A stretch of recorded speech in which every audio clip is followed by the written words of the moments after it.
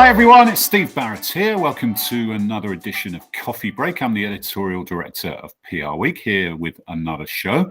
We've got a great guest this week. We've got Chris Gidez, who is the founding partner of G7 Reputation Advisory and has worked in the oil and gas consultancy area for 30 years. And Chris, you got some pretty strong opinions on the topic and the way it's been framed in the mainstream media that we want to dig into. But first of all, welcome to Coffee Break. Thanks. Steve, it's a great pleasure to be part of your program.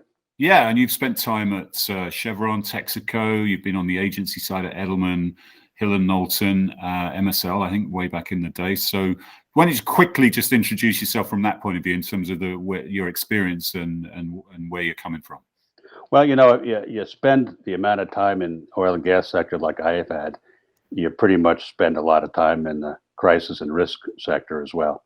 And so I've seen a lot over time and have been involved in the climate topic really since about 1990, 1991. So I've really become a student of how the parties sort of operate and their strategies. And yes, I have no shortage of views on the topic.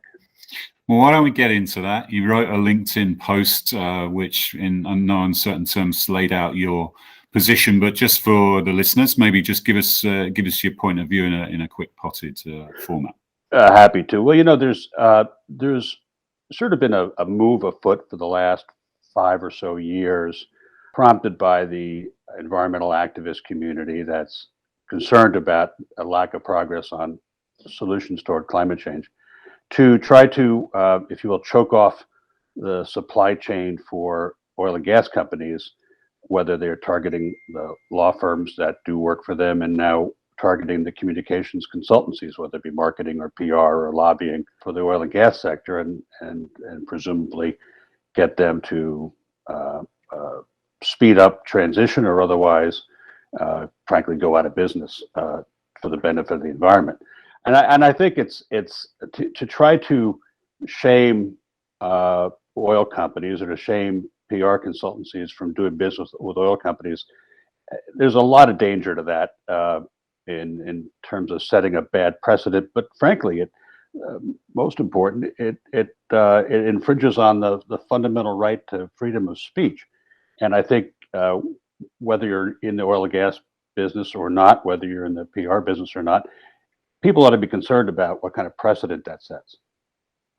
Yeah, so I mean, framing it in layman's terms, if you like, obviously we have a climate emergency. There are big changes happening to our climate, and they are being played out, and we see those ourselves every year with its impacts.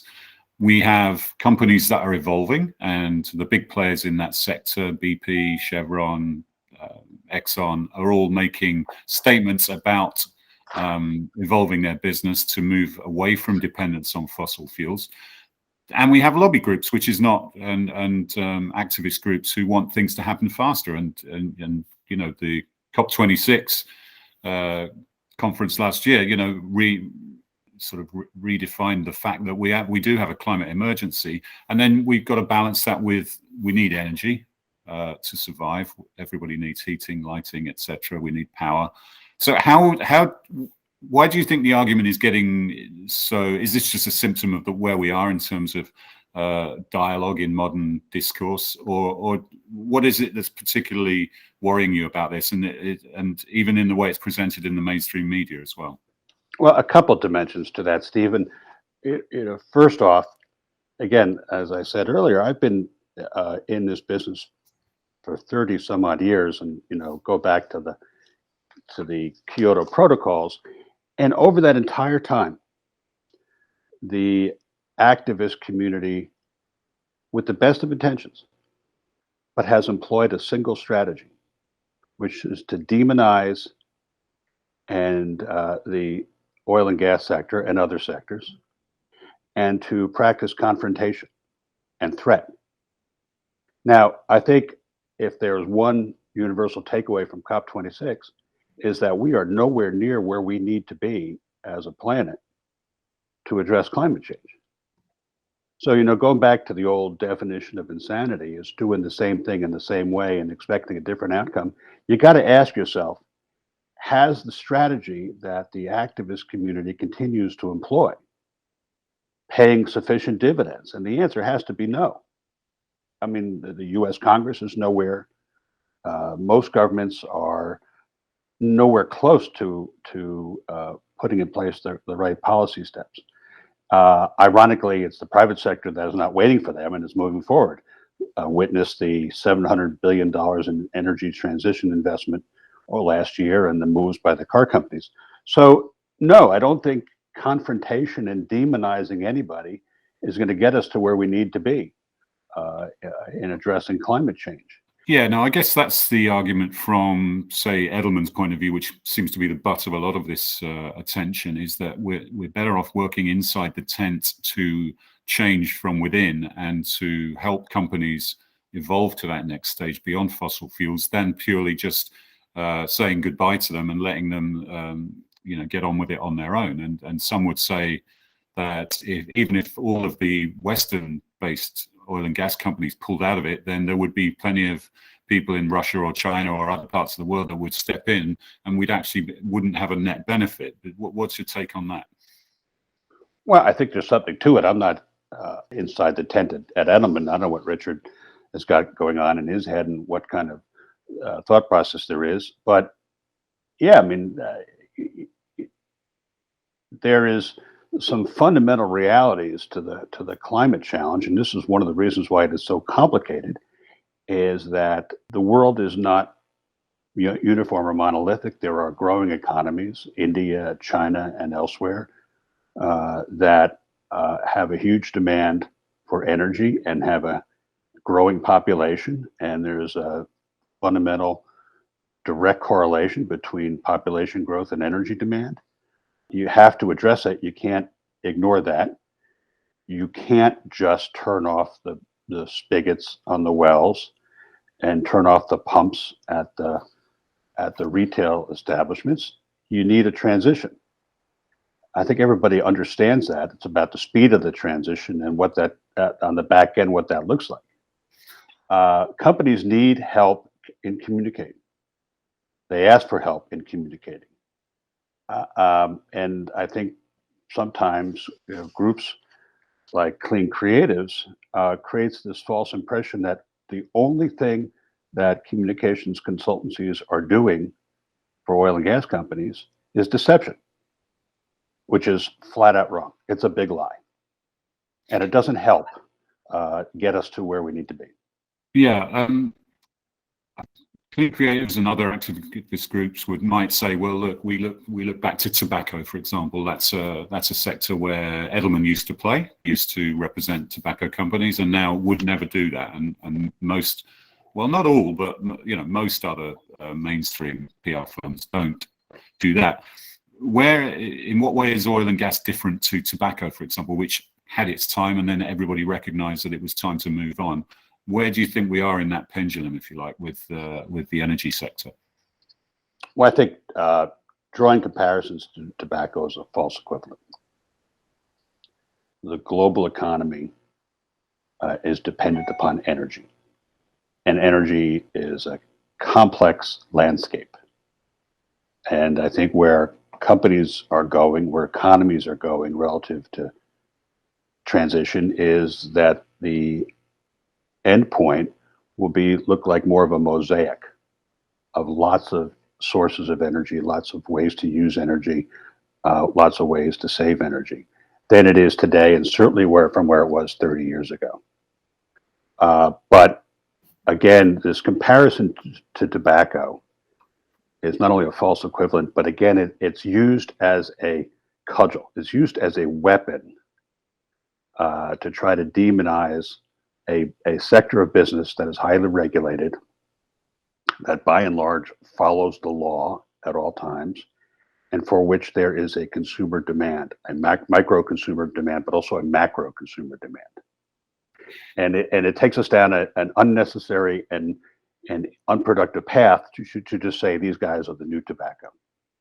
What do you say to the activist groups who would give you the example, for example, of the Exxon lobbyist who was caught undercover on camera talking to Greenpeace investigator, I think, basically saying that Exxon was just doing this as what they called a PR stunt, that it was not their true views, and that they were trying to push ahead and influence Congress and influence politicians to not go as far as they can. That would be the argument from clean creatives, that's why we're not making political progress.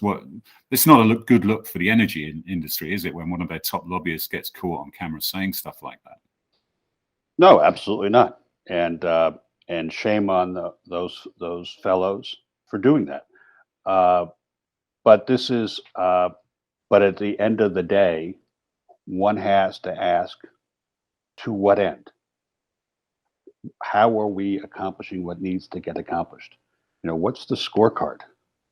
And last October, half a dozen oil company CEOs and the head of API were testifying before Congress, and frankly, it was to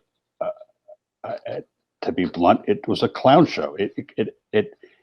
It solved nothing. It didn't allow for any progress towards climate change policy. It was basically used to as a soapbox, and now it's going to happen again. And so you could take these incidents like these Exxon lobbyists being caught on tape, but you can't lose sight of the forest for the trees. So what I would say to the activists is if your playbook just trying to capture people on tape, or is your playbook trying to find solutions that our economy can accept, that get us towards the place where we need to be? And I don't see a change in that playbook over the last 30 years.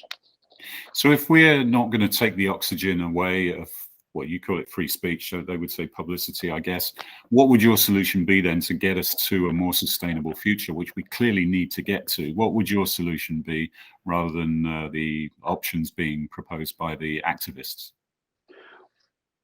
Well, I think one approach is to consider what progress companies have made.